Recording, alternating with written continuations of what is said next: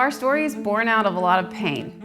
We were in campus ministry for 17 years, thought we would grow old doing it, loved it, and as the years went by, we were able to have children through adoption who are unique, and our family wasn't looking like the typical family. We were facing certain challenges that the environment of the church leadership could not support us in. It was a really painful decision we made to step away, leave salaries, leave benefits, without any idea of where we were going next. We lost our community. We lost feeling supported in our town, but what we've gained can't even compare. Our world now is full of color.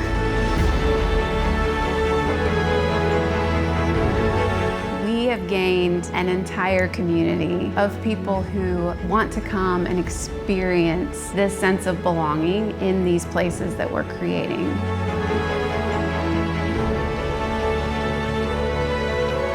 I'm Amy Corbett, and I'm the co-founder and CEO of All Belong Co.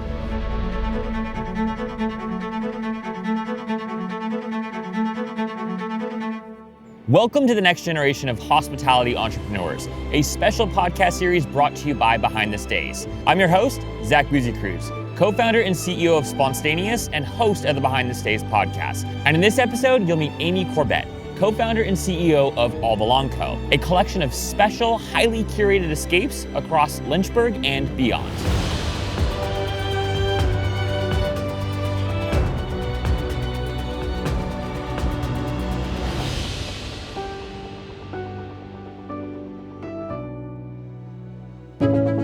Our family sticks out. My daughter is bald. She has alopecia.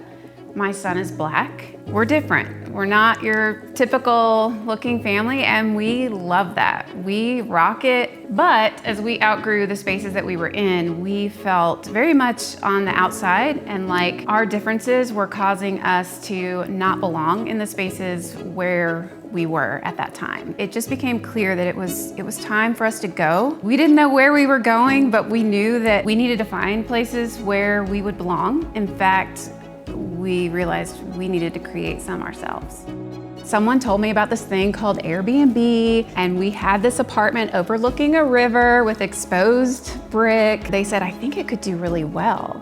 So I did my research. I'm an over-researcher. Sure enough, we listed it on Airbnb. It was so well received. I started posting it on social media, what we were doing. It wasn't soon after that the thought came that I could actually help other people do this. We had been having this hosting thing on the side, and it was almost like the doors were opening to us. And we looked at each other and thought, maybe this is a thing. Maybe there's something here, and maybe we should give it a name. The name was not All Belong Co. We knew we had to have the word belong in our name. So we chose the name Belong Here. However, when we decided to nationally trademark our name, apparently there was someone else with the same name, and it was too close, and the trademark office said, no go. We actually called the girl who had Belong Here and kind of begged for her to let us use it because it was such an important word in our story. She said no, so we had to go back to the drawing board on names. I knew Belong had to be in it. It just became a matter of, okay, we can't be Belong Here. We're gonna press into what we believe even more with this name. It's not just Belong Here, it's All Belong. Every place has a story. I love to enter a property and to think about what makes this the place. What makes this a place that someone is going to come and think, this is for me. This is where I belong. You're gonna be a good fit for us as an owner if you are committed to hospitality. If you are not about, I've gotta have every dollar and it's all about the bottom line, but you care about the core of hospitality and giving experience, to guests and making your place stand out above all others, I'm your girl.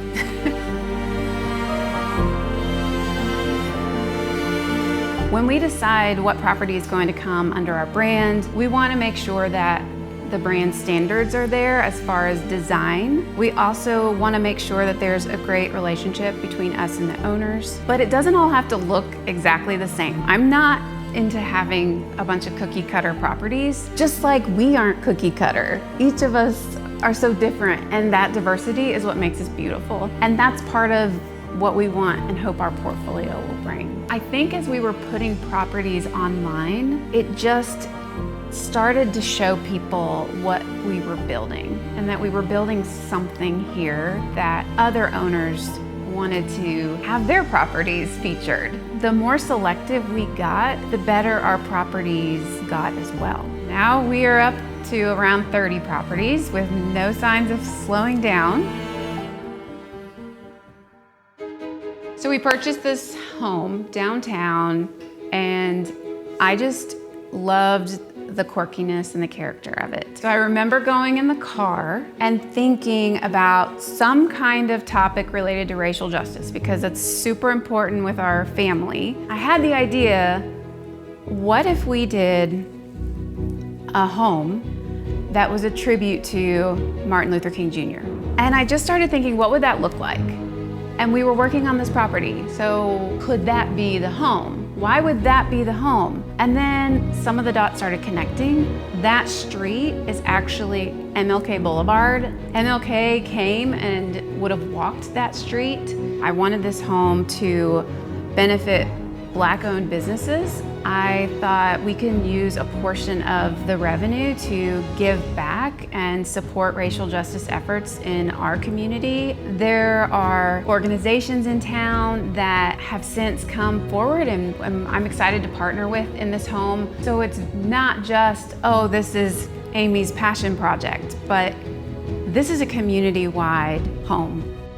I think my hope for our guests that come and stay is that there will just be a sense of MLK's dream to build bridges, to connect worlds that otherwise weren't intersecting at the time. My hope is that people will come with an open mind, open heart. We're providing a lot of reading material there. I hope that people will open themselves up to think not only about racial issues, but even their own dreams, their own hopes for the world, that they can use MLK as an inspiration for what do they see in their world that they want to go and impact. Hey folks, I want to take a quick second to thank the sponsor for today's episode, which is none other than Minoan. I never write any company and start my emails with, hello, wonderful people of Minoan. But they're simply that good. Like, I know them. I know that it's gonna put a smile on their face, and whatever they say back to me is gonna put a smile on mine.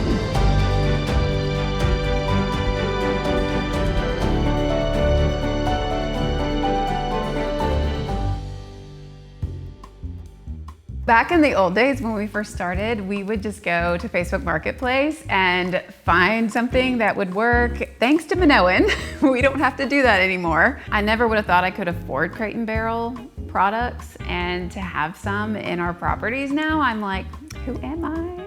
I've learned about new brands through Minoan that I wouldn't have even known existed. We have 30 properties, so when I'm ordering through Minoan, I'm able to actually separate by property. They have the ability for us to say, these things are gonna go to this property, these things are gonna go to that property. I find the products, I tell them what I want, they give me the quote, I decide if I want to buy it, and then I buy it. A couple clicks, like, it's really that easy.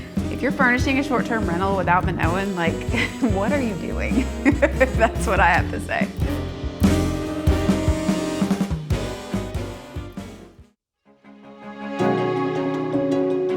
So we had this land. It was overlooking the river, but also a train track beneath. We knew we wanted to create something there. Anything we were gonna put there, someone was going to complain about the train noise, anything. I wanted to put some beautiful like A-frame, glass wall house. One day, a friend sends an article to me that they're selling off the old circus cars. She said, you should go and buy one of these. Well, I laughed at her and then I told my husband about it as a joke, ha ha ha. And he said, you know, a train would actually be a really cool thing there because the trains that go by, like, that's just part of the experience. So what we found is by taking a property's worst attribute and focusing on it and saying, oh yeah, that's intentional. That is what that's what we do. We love to take the thing that other people would see as a, nope, that's a deal breaker. And we want to press into that, lean into that, and create a space around that very thing.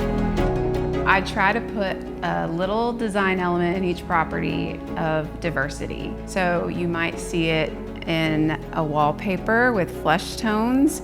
You might see it with chairs that mismatch around the table. You might see a picture of a world map.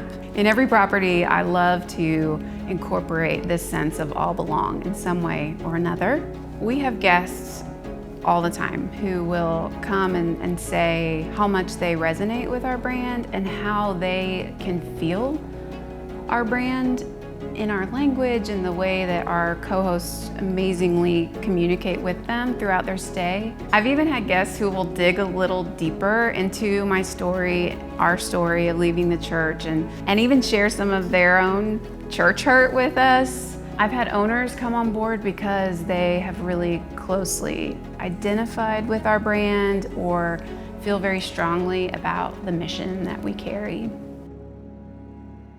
The hardest part about co-hosting business is that no two properties are alike, no two owners are alike. Everything is a snowflake. So we have to make systems as much as we can, but then there has to be some give and take based on the diversity, based on the fact that everything is unique. So some advice I'd give to someone starting a co-hosting business today would be, first, to know your value. Do not undercharge for your time and your services like most of us do when we are new to this industry. The second thing is to build out your services. Know what you're going to offer and make sure that your owners know exactly what to expect. Two, third, know what you want to take on. Figure out what works best for you and where you're really gonna shine. There's gonna be some properties that are amazing, but they are not for you. Someone else can do those, but only you can do certain properties, and it's knowing where you're gonna rock it out. Find those owners, find those places. The future of All Belong Co., I think we are bigger than Lynchburg. I think we are gonna keep growing and going to places that we've never yet been to. I think there are owners of properties out there that have yet to meet us, and we're excited to find them and align with them and continue to grow our brand.